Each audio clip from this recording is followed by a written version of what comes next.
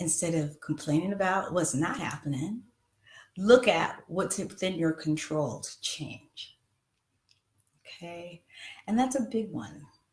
But this is really easy for us to be like, oh my God, I don't have any confidence in the audition room. Oh my God, this casting director is really mean to me. Oh my God, I went into the audition and then I saw all these people with all these credits that were in the audition room and I thought, I'm never going to book this. I hear that. I hear, I am the queen of getting a call back. I win. I got coached. I was totally prepared. I was completely off book. I knew what I was doing.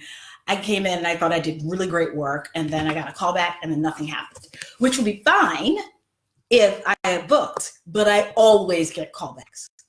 Okay. I'm going to talk about that today.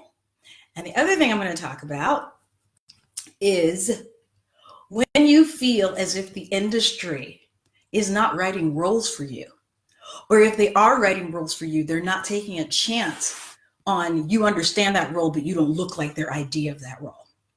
Okay? There's two ways to beat that, is to make your own work. And the other way is to sort of help people, teach people how to see you in different ways as an artist. And that is something that is completely within your control, especially when we're talking about the emotional types. So let me deal with a couple of things first to change this, because I in part live in Morocco and still act and still put myself on tape, because I finally decided who I was going to be in the industry and then taught the industry how to treat me. Okay. For those of you who keep up my career, I just did a top of show guest star on Bull on CBS. That came to me completely by offer.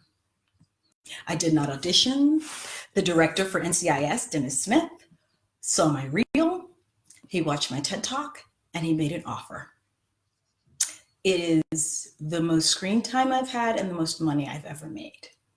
So I was on set for 2 weeks. I'm throughout the entire episode.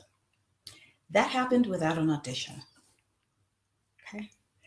They were looking for someone much older, much more gravitas, or so they said, because I'm very mature. But I can play anything from 40 to 65. I can do that. I can play men, I can play women. But that's only because I've taught the industry how to treat me as an artist. And that's critical. You're going into the audition room begging. Pay attention to me, pay attention to me. And you're not going to like what I'm going to tell you right now. Sheetal, you're going to hate what I'm going to tell you right now. You are begging for them to tell you you're good enough. That's what auditioning is. I'm begging you to please see me and tell me I'm good enough for you to give me this job. It's a place where you give up all your power. And I recently said to my manager, I was like, auditioning after you've been acting for 20 years is like being put up on a slave block. And my ancestors are free now. We don't have to do that. Even though in Trump's America, it doesn't feel like we're really free. But I don't have to auction myself off anymore. And she was like, but that's a part of the gig. I was like, no, it's not. No, it's not. Every role I've had in the last 2 years has been on offer. Because I created a platform for people to find me. I have a social media presence that echoes one consistent message about who I am and what I'm selling. Okay?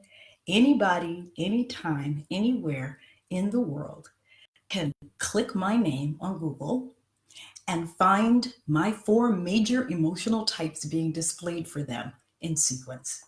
Whether it's reviews, whether it's a reel, whether it's clips from auditions, because I do post them on YouTube, because that's what people look for when they're looking for you. That's what pops up in your Google. So if you have a bunch of theater credits, but you have no online presence, there is no way for somebody to see what you can do.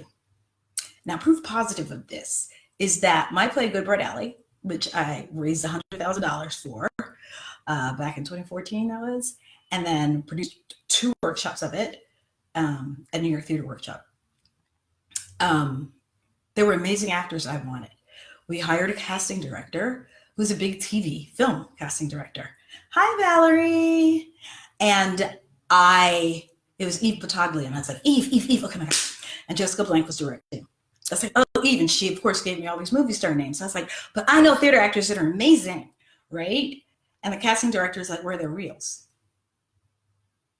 So I started Googling these actors. They were Black Latino actors that I needed to fill my show with, from ages 12 to 70. You ready?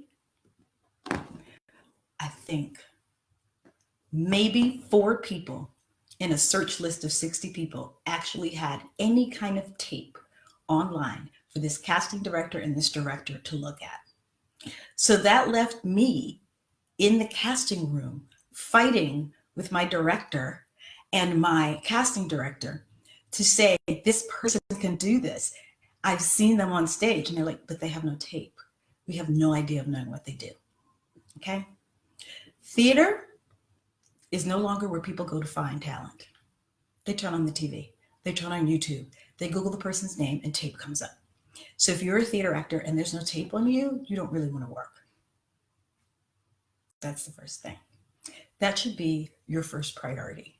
You should have a website that is high quality, professional, that shows you acting, and it shows you working within your 4 major emotional chords. Hi, Eric.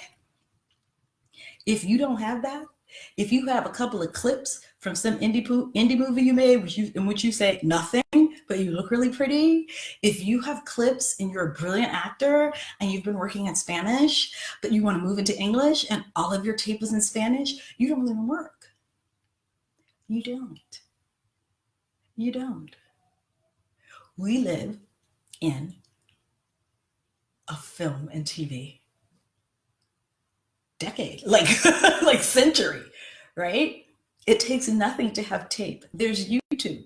There's your iPhone. Everything you need is there for you to run your own business. I am running a business from North Africa.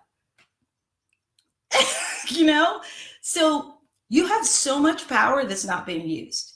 Where the power and the energy is being used is being on social media complaining about what's not happening, sitting in green rooms in the theater, complaining about what's not happening when you're working for $200 a week and not having any tape. When you are in audition rooms complaining about who got what and what didn't get what, and you don't know what the top 10 shows are that you're right for right now, and you don't know the casting directors, and you don't have any tape on your reel of shows that are currently on television, whether it's an audition tape or not, you don't really want to work.